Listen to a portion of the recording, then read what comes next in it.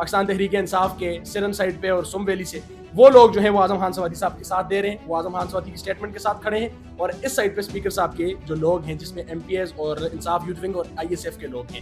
اب ذرائع یہ بتاتے ہیں کہ شہزادہ محمد گستاخ خان کے اندرونی اختلافات چل رہے ہیں مانسہرہ کے جو ایم پی ایز ہیں یا جو اراکین ہیں, وہ یہ کہہ رہے ہیں شہزادہ محمد گستاخ خان کے کام نہیں ہو رہے, فنڈ نہیں دیے جا رہے, اور اعظم خان سوادی صاحب کو جہاں تک ہمارے ذرائع نے ہمیں بتایا ہے کہ شہزادہ محمد گستاخ خان اور شکور خان لغمانی کی شکایت پر اعظم خان سوادی نے یہ سٹیٹمنٹ دی تھی. اب جب یہ سٹیٹمنٹ آ گئی, کارکنان بھی اور ورکرز بھی جو ہیں وہ اس پریشانی میں ہیں اور وہ یہ ڈھونڈ رہے ہیں کہ کس اراکین نے یہ سٹیٹمنٹ دی تھی اور کس نے جا کر اعظم خان سوادی صاحب کو یہ بتایا تھا.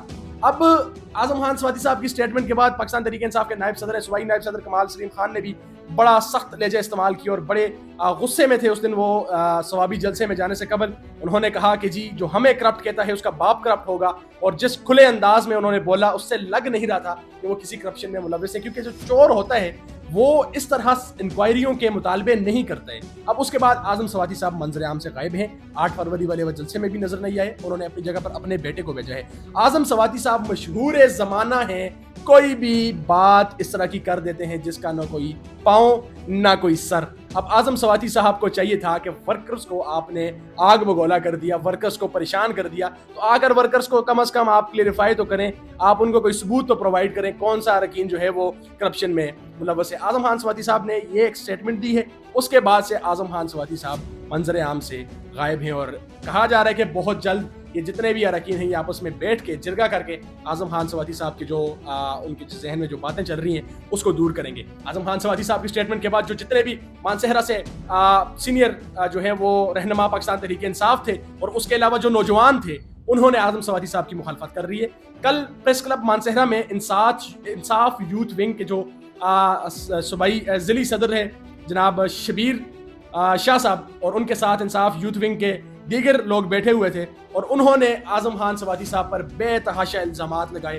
اعظم خان سوادی صاحب نے الیکشن میں کس طرح کس کینڈیڈیٹ کو ہرانے کے لیے کس کو کھڑا کیا, ٹکٹ کی تقسیم میں اعظم خان سوادی صاحب کیا کرتے رہے, اور اس کے علاوہ اعظم خان سوادی صاحب نے کیا کچھ کردار سارا ادا کیا, اس پر انہوں نے کھل کر کل پاکستان تحریک انصاف کے جو انصاف یوتھ ونگ کے جو نوجوان تھے انہوں نے کل کھل کر اعظم خان سوادی صاحب کے اوپر تنقید بھی کی, اور اعظم خان سوادی صاحب نے جو پچھلے ان کے کارنامے تھے وہ سارے کھول کر سامنے رکھے. اس سے یہ جو ہے وہ پتہ چلتا ہے کہ جو پاکستان تحریک انصاف کے نوجوان ورکرز ہیں وہ اعظم خان سوادی کی اسٹیٹمنٹ کے ساتھ نہیں کھڑے, کیونکہ ورکرز جو ہیں وہ اس وقت پر امید ہیں, اور ورکرز کو پتہ ہے کہ ان کے جو منتخب نمائندے ہیں وہ کسی قسم کی کرپشن میں ملوث نہیں ہیں. اب جب سے ورکرز بھی ایک سائڈ پہ ہو گئے, اراکین بھی ایک سائڈ پہ ہو گئے, تو یہ بڑی الارمنگ سچویشن بن چکی ہے اعظم خان سوادی صاحب کے لیے. اعظم خان سوادی صاحب کے اگلے بیان تک کا سب کو انتظار ہے کہ اعظم سوادی صاحب آئیں گے اور کوئی اسٹیٹمنٹ دیں گے اور لوگوں کو کلیئر کریں گے کہ آخر وہ کس پر الزام لگا رہے تھے اور کیا بات کرنا چاہ رہے تھے. کچھ ذرا یہ بھی بتا رہے ہیں کہ اکرام غازی صاحب کو مجبور کیا جا رہا ہے کہ وہ سیٹ سے ہٹ جائیں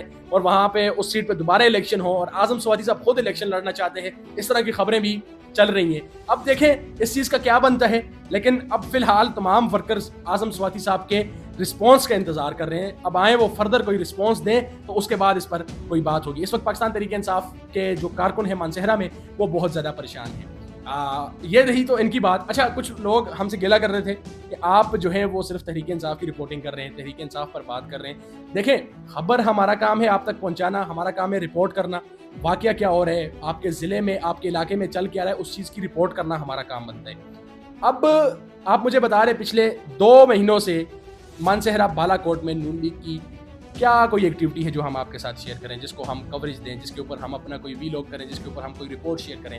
آپ کے جو منتخب ایم این اے ہیں سردار محمد یوسف صاحب کی پچھلے کوئی 2-2.5-3 ماہ کی کوئی مجھے اس طرح کی ایکٹیویٹی دکھا دیں مانسہرہ میں جس کو ہم نے ڈسکس نہ کیا ہو. اب وہ ہمیں پتہ ہی نہیں ہے, وہ بالکل منظر عام سے غائب ہیں, ان کا پتہ ہی نہیں ہے. لوگ بالا کوٹ میں ان کو ڈھونڈ رہے ہیں, لوگوں کے مسئلے ہیں, بجلی کے لیے لوگ ان کو ڈھونڈ رہے ہیں کہ آئے ایم این اے صاحب ہمارا مسئلہ حل کریں. ایم این اے صاحب ان کو مل ہی نہیں رہے, تو ان کی کوئی ایکٹیویٹی ہی نہیں ہے, تو ہم کس پر بات کر سکتے ہیں؟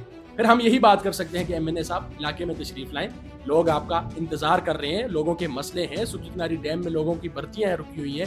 اس کے علاوہ جو بجلی کا لوگوں کا مسئلہ ہے, بالا کوٹ ہائیڈرو پاور پروجیکٹ بن رہا ہے, سکی کناری ڈیم تیار ہو چکا ہے, لیکن بالا کوٹ کے لوگوں کا جو ایک چھوٹا سا مطالبہ ہے کہ ہمیں فری بجلی دی جائے.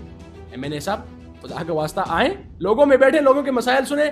آپ کی کوئی ایکٹیویٹی ہوگی تب ہم جا کے رپورٹ کریں گے. سردار یوسف صاحب کے اکثر مجھے جو ووٹرز ہیں کیونکہ ان کے ساتھ ایک اچھا تعلق ہے تو وہ گلا کرتے ہیں کہ آپ ہمارے اوپر کوئی رپورٹ آپ کی نہیں آتی, ہمیں کوریج نہیں دے رہے ہو. بھائی میں کس چیز کی رپورٹ دوں, ہم کس چیز کی آپ کو کوریج دیں؟ جو آپ کی ایکٹیویٹی ہوتی ہے ہم نے کیا اسے ڈسکس نہیں کیا.